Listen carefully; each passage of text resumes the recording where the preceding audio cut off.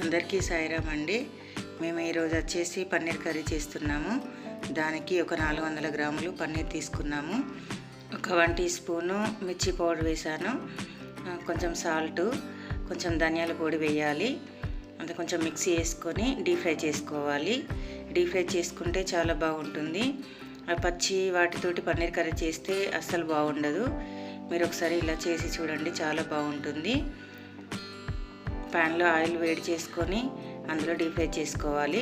కొంచెం colour change అవ్వాలి అంతే.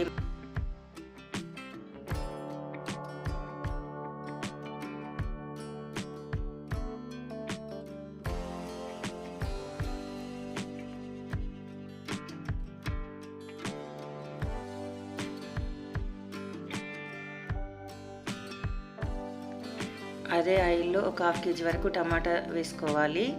అది మనకు కొంచెం గ్రేవీ ఎక్కువ కావాలనుకుంటే టమాటా ఎక్కువ తీసుకోవచ్చు. మేము 1/2 కేజీ వరకు తీసుకున్నాము.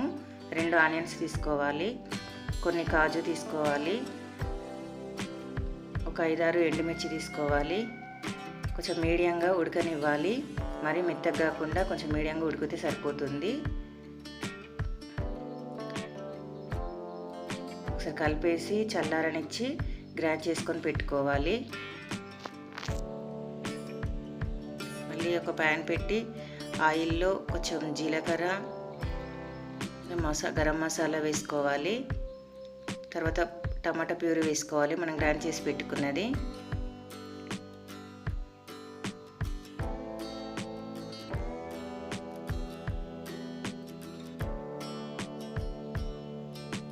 బాగా కలిపేసి అల్లం వెల్లుల్లి పేస్ట్ వేసుకోవాలి.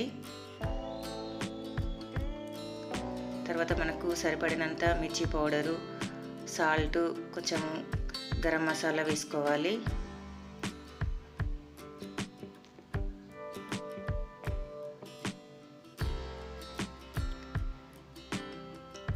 బాగా కలిపిన తర్వాత ఒక 1/2 కప్పు పెరుగు వేసుకోవాలి.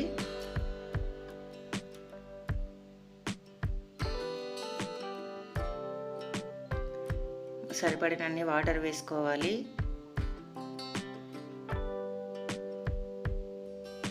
తర్వాత మనం డీప్ ఫ్రై చేసుకున్న పన్నీర్ని టమాటా గ్రేవీలో వేసుకోవాలి.